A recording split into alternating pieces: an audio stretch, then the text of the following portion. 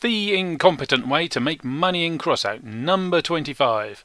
Paint Your Wagon! A Crossout video by Dangerously Incompetent.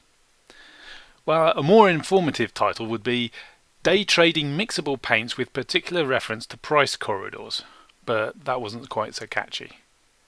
Previously, most of my trades involved a high profit margin. I'd identify some likely item, say the Hurricane. That's going to be popular these days with the new dust cabin because it does stuff to homing missiles maybe.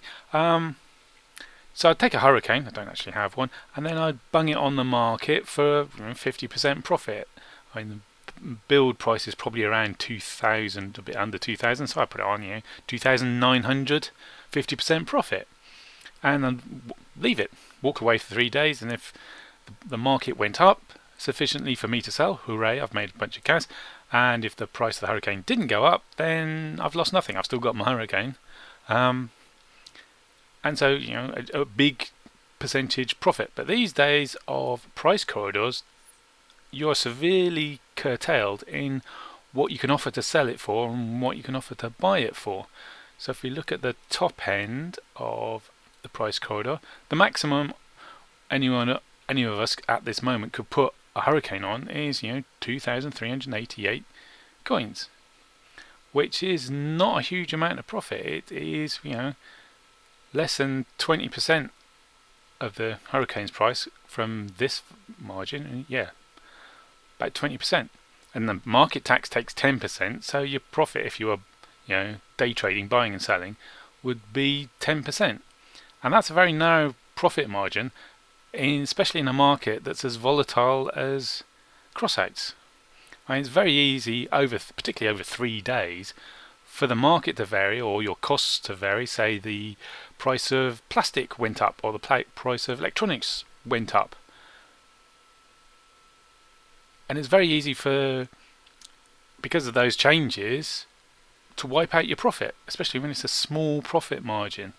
So that's why people are getting a bit upset about price corridors.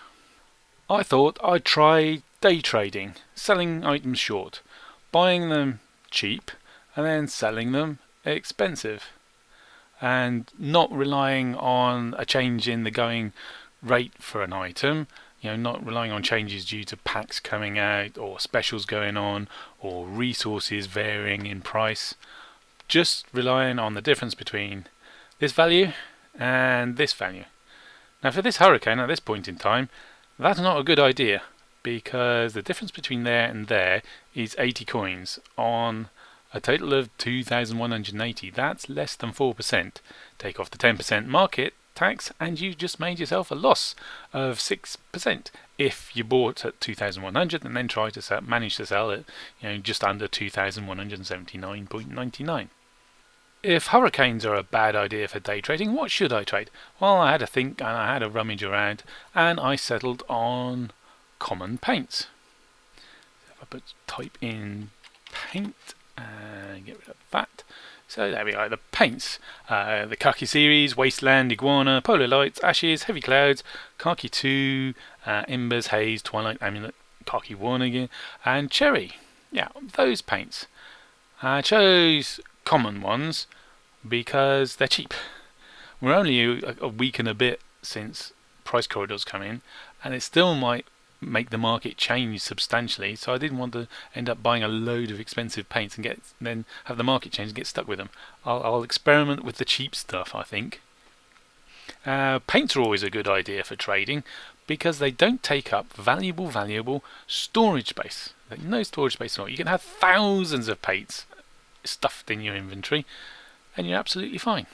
I did decide on mixable common paints because mixable paints are good for day trading, but as it happens, all the common paints are mixable, unlike the next rarity up, which is rare.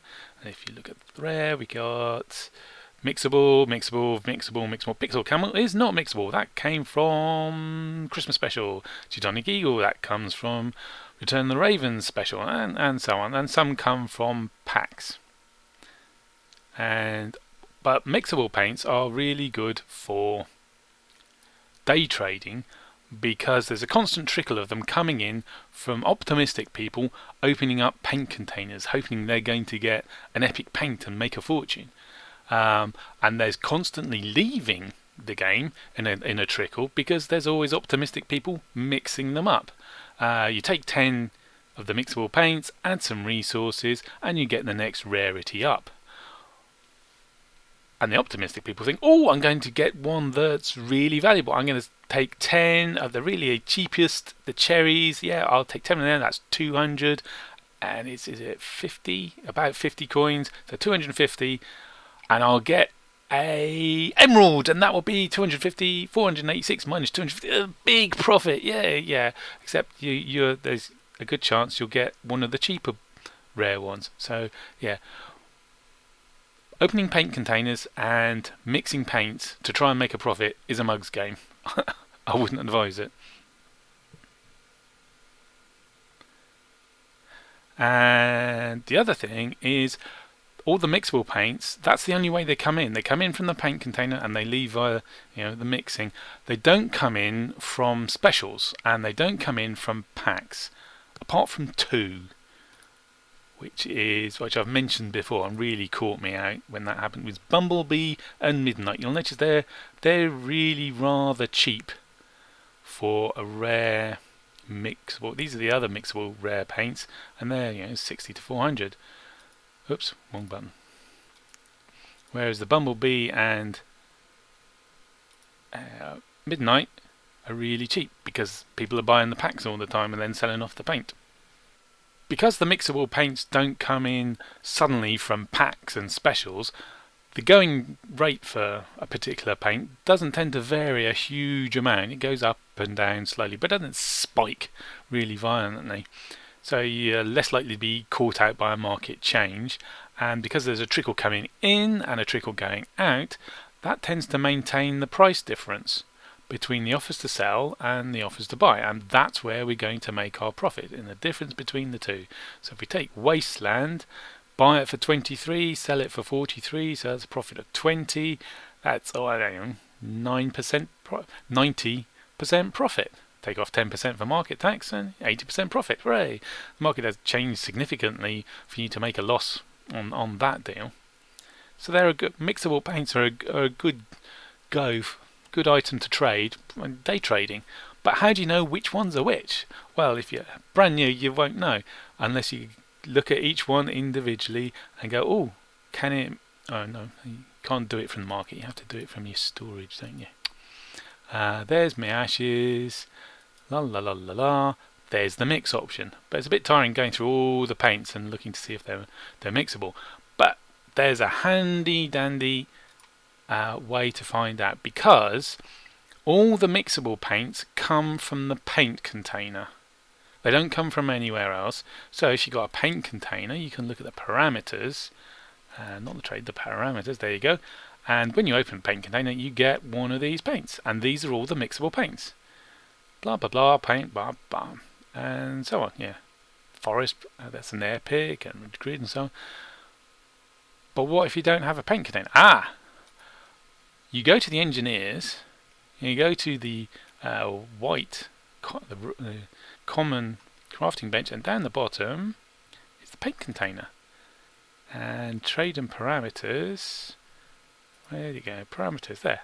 It tells you them there. So you can find out even if you don't have a paint container. And while we're on the subject of paint containers, take a look at that price. That price is quite high, and in fact it's price locked. The price corridor, the lowest part of it is at the same value, 296.12, as the lowest offer to sell, and has been for a while. And I noticed it had gone up quite soon after it had done so, and I managed to sell.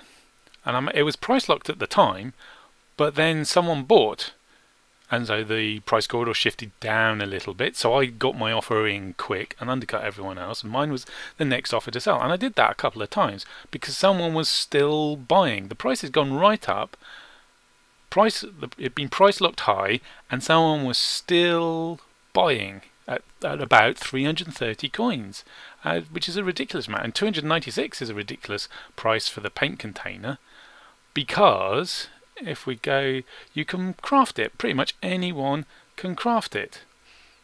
It's on the engineer's workbench, which I forget when you get it. It's like level 10 in the engineers, and you get access to this workbench. So pretty much anyone can craft one. The workbench doesn't cost anything. The resources are all readily available. You just have to buy them. That's going to work for a minute or two, and it's an insta craft. As soon as you hit the craft button, it's instantly in your inventory. You don't have to wait any time.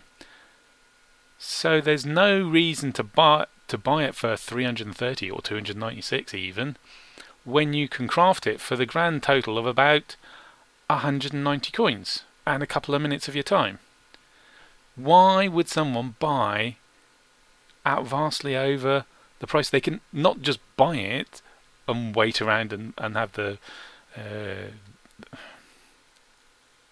not knowing whether you're going to buy or how long it's going to take before you're going to be able to buy. You can just craft one for 190 coins in a couple of minutes for 190 coins. So why would you buy it at 330 and push the price up and maybe sell to a particular person?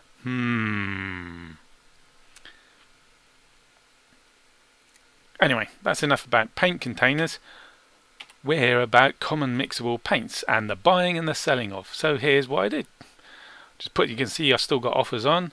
I'll just whack it in, outbid the highest offer to buy by a couple of cents, and then undercut the offers to sell by a couple of cents, and wait a while, and then the next day if it hadn't sold, then do that again, and every so often they sell, and every so often they buy, and easy trading and easy money. Let's see how well I did.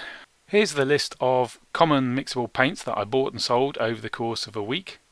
You'll notice I bought and sold the same number of each paint. That way I didn't end up with more or less value in the paints it was stuck in my inventory at the end of the week.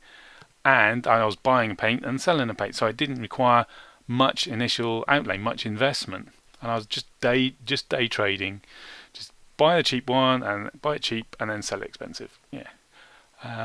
So we've got Heavy Clouds, Twilight, Embers, Ashes, Khaki 1, Amulet, Khaki 2, and Wasteland. I didn't buy and sell all of the common paints because some of them the margins aren't there, and they're almost price locked. But I bought and sold most of them, and that's a total of what I paid out, 390. That's what total I got back in for my sales, 613. Take off 10% market tax. Mustn't forget the market tax. Leaves me with a profit of 161 coins over the course of 20 buys, 20 sells, and a week's trading.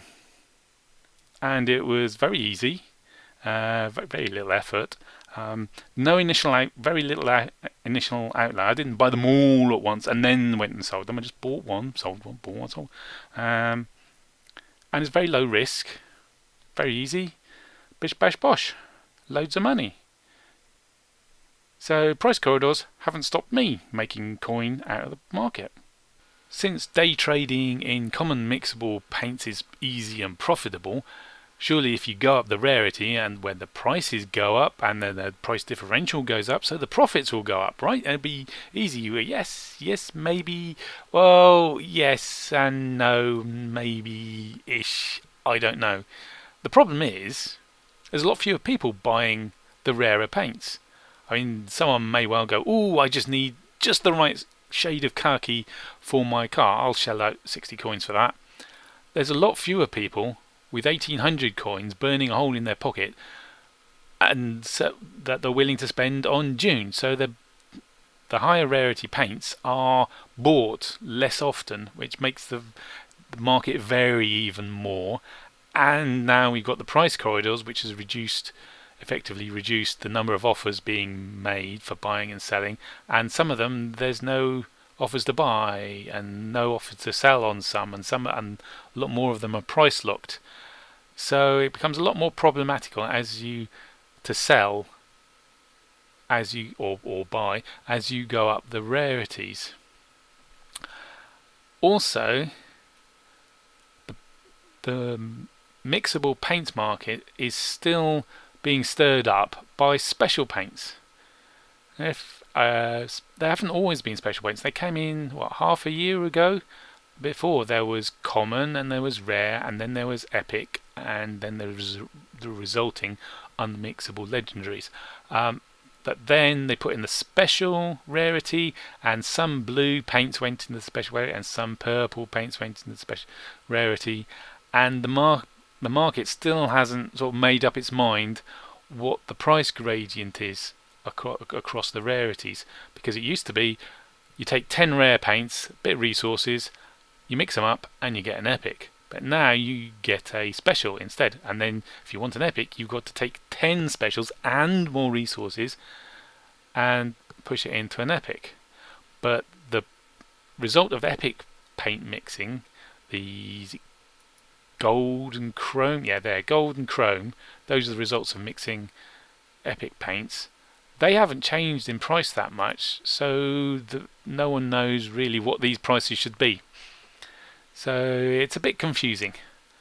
But I'm going to try trading in special mixable paints, and I'll let you know how it turns out. That's it for this video. All that is left is the outro. I was born under a wandering star. Paint Your Wagon's a good film. You should go watch it. It's a western with Clint Eastwood in it and Lee Marvin, and he's always drunk and violent, so you'll probably enjoy it. I was born under a wandering star. Hills were made for rolling, bags were made to pack. I've never seen a sight that wasn't better looking back.